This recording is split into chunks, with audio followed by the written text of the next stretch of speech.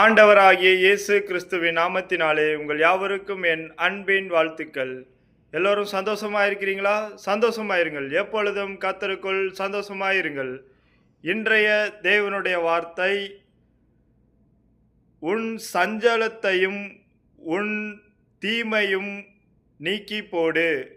இன்றைய தேவனுடைய வார்த்தை, உன் சஞ்சலத்தையும் உன் தீங்கையும் நீக்கி போடு.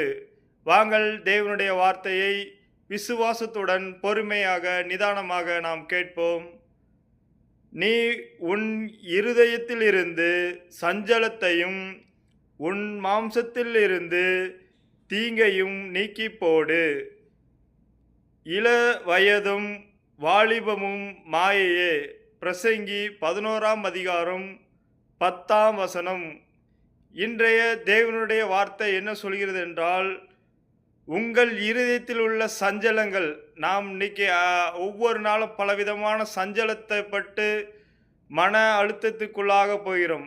எதை குறித்தும் சஞ்சலம் வேண்டாம், எல்லாவற்றையும் நீக்கி போடுங்க என்று தேவனுடைய வார்த்தை சொல்கிறது. உங்கள் இருதயத்தில் எப்பேற்பட்ட சஞ்சலங்கள் இருந்தாலும் இப்பொழுதே தேவனுடைய வார்த்தை கேட்கிற பிள்ளைகள் எல்லாரும் உங்கள் சஞ்சலத்தை நீக்கி போடுங்கள்.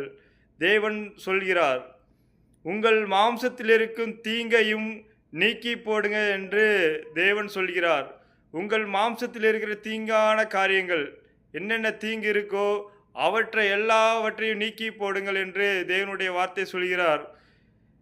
இளவயதும் வாலிபமும் மாயை. இந்த இளம் வயதும் வாலிபமும் மாயை என்று தேவனுடைய வார்த்தை சொல்கிறது. அதனால உங்கள் இதயத்தில் இருக்கும் சஞ்சலத்தை நீக்கி போடுங்கள். உங்கள் மாம்சத்தில் இருக்கும் தீங்கை நீக்கி போடுங்கள்.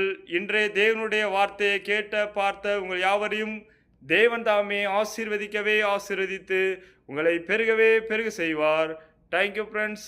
மறக்காமல் சப்ஸ்கிரைப் பண்ணுங்கள், லைக் பண்ணுங்கள், கமெண்ட் பண்ணுங்கள்.